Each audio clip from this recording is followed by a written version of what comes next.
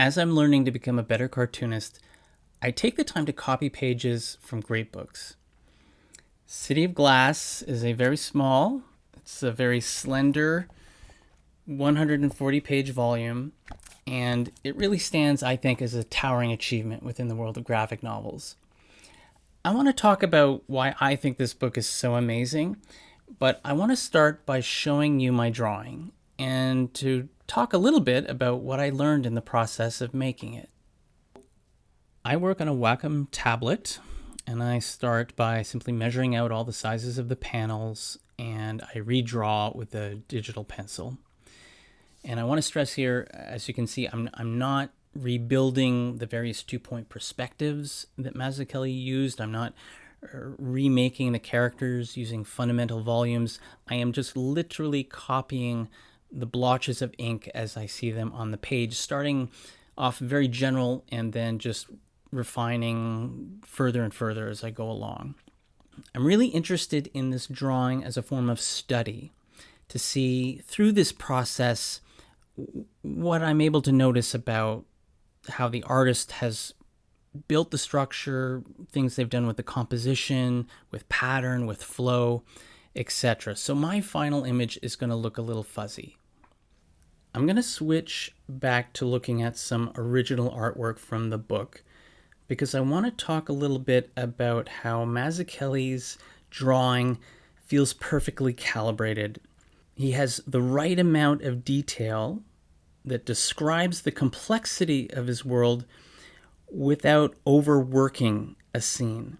He manages to maintain an impressionistic quality to his world that really captures the sensual and sensorial.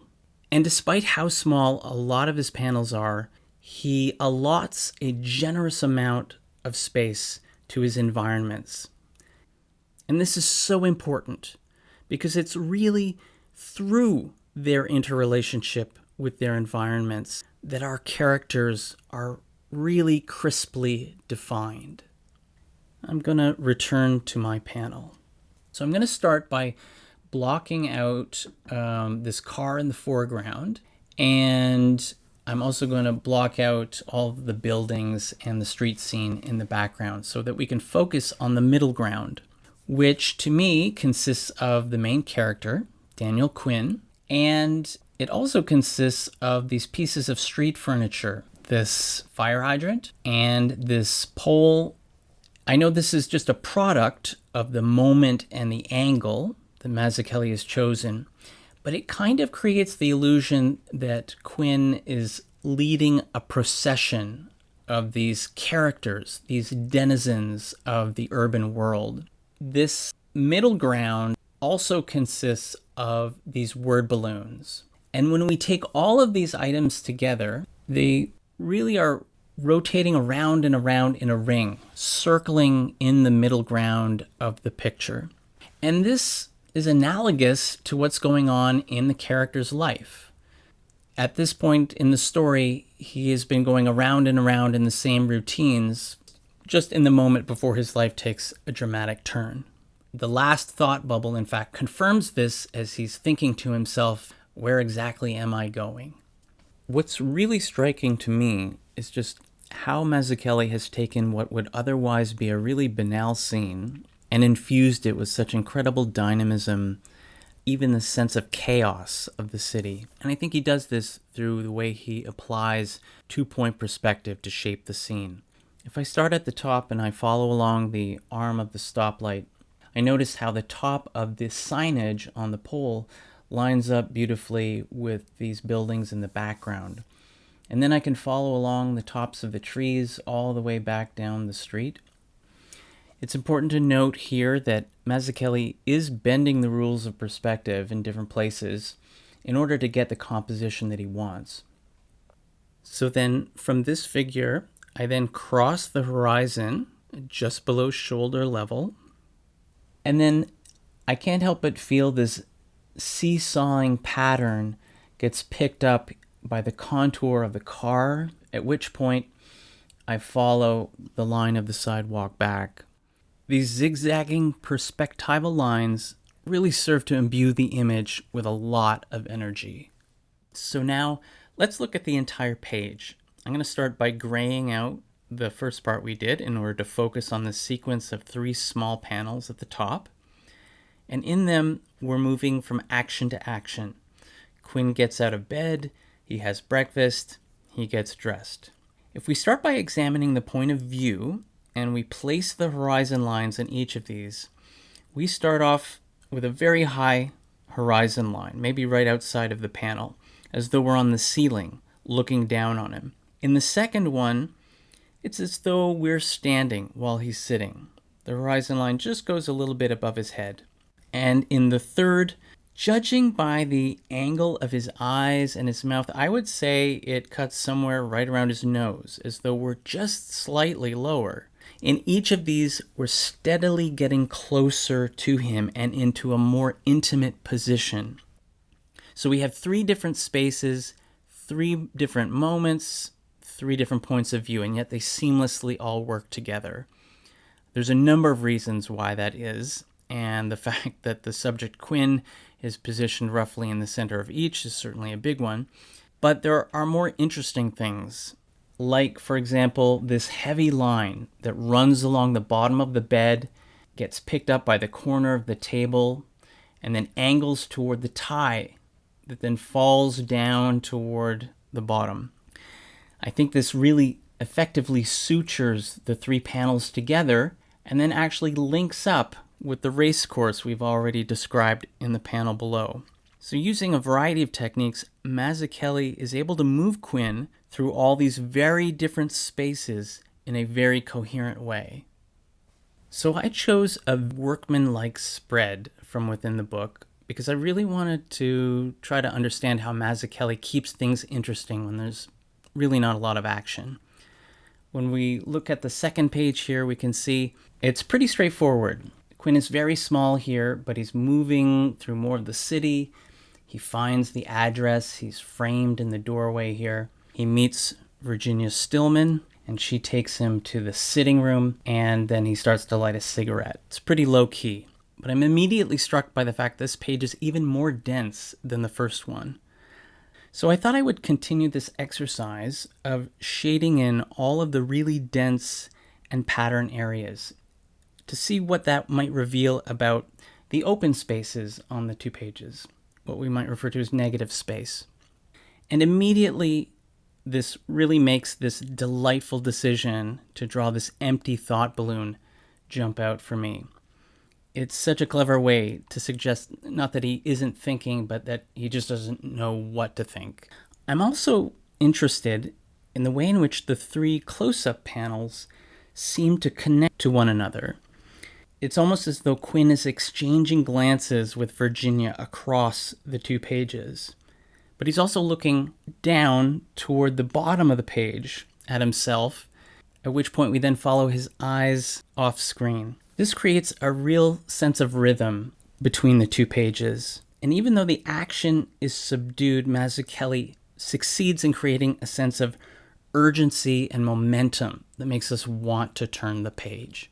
These pages also demonstrate what is perhaps the most important formal conceit throughout the entire book, which is a strict adherence to a 9-panel grid. You can see here that each small panel is exactly the same size. When he wants a bigger panel, like this one, he will combine 2 cells together to make a double-sized panel. The really big panel here is actually 6 cells. And when we look throughout the book, we find every conceivable combination of cells deployed by Mazzucchelli for dramatic and compositional effect. He's also got some other tricks, like taking one image but dividing it up over multiple cells. The important thing is that the authority of the grid is relentlessly maintained, as though it's an absolute. And this is very important because it plays a particular role in the conclusion of the story.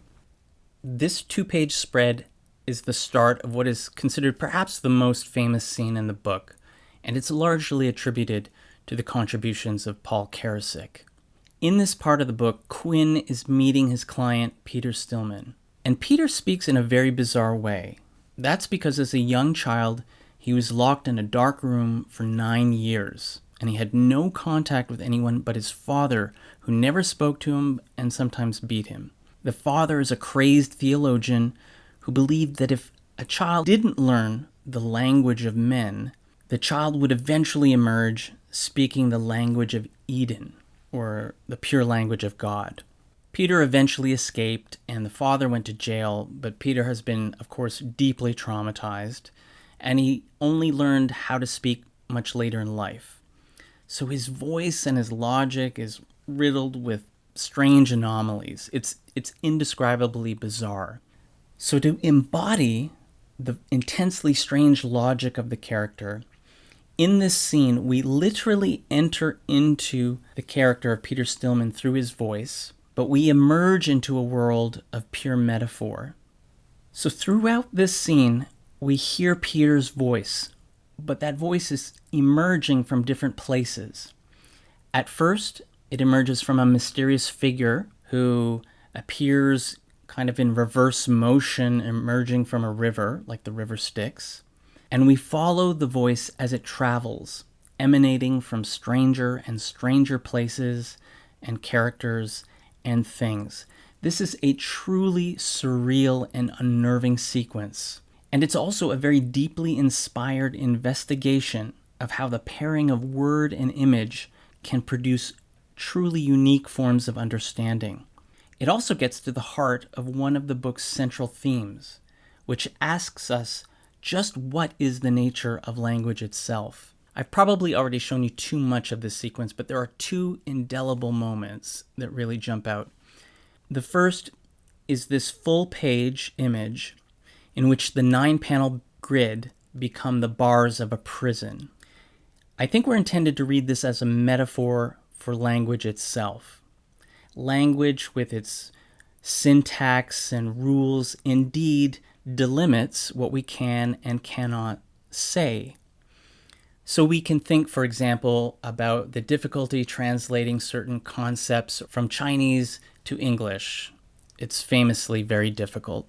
If we're thinking about comics, the two-dimensionality of the page itself feels like a very limiting prison at times.